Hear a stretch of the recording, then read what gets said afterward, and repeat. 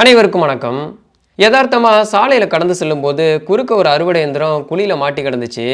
அப்புறம் பள்ளத்தில மாட்டுன அந்த வண்டிய எடுக்கிறதுக்காக வேறொரு வண்டிய அழைச்சிட்டு வந்து இழுக்கிறதுக்கான முயற்சிய ஆரம்பிச்சாங்க. எங்கேயோ அவசரமா அறுவடைக்கு செல்ல வேண்டிய வண்டி, ஆனால் சில மணி நேரம் தாமதம். அது மட்டும் இல்லாமல் இதை இழுப்பதற்கான தேவையில்லாத செலவும். இந்த குழிய மூடும்போதே இது போன்ற நிகழ்வுகள் நிகழும் என்று எல்லோருக்கும் தெரியும். அது மட்டும் இல்லாம அங்கங்க சில விபத்துகளும் நடந்ததா கேள்விப்பட்டேன். நாம ஏற்கனவே இந்த ஊர் பசங்கள வச்சு ஒரு பதிவு வெளியிட்டிருந்தோம். அதனால இத பார்க்க வந்த சின்ன சின்ன பசங்க நம்மள யாருன்னு தெரிஞ்சுக்கிட்டு எனதரன் எனதரன்னு கத்திக்கிட்டு இருந்தாங்க. குழிய தோண்டி குழாய பதிக்க ஒப்பந்தத்தில் அனுமதி பெற்றிருப்பாங்கன்னு நம்மளுக்கு தெரியும். ஆனா அத சரியா மூட வேண்டும் என்று ஒப்பந்தத்தில் குறிப்பிட்டிருக்காங்களான்னு நமக்கு தெரியாது. அப்புறம் நீண்ட நேரம் போராட்டத்துக்கு பிறகு ரொம்பவே சிரமப்பட்டு இழுத்து பின்னாடி சக்கரத்தையும் மேலே ஏத்தி அங்கிருந்து கிளம்ப ஆரம்பிச்சாங்க.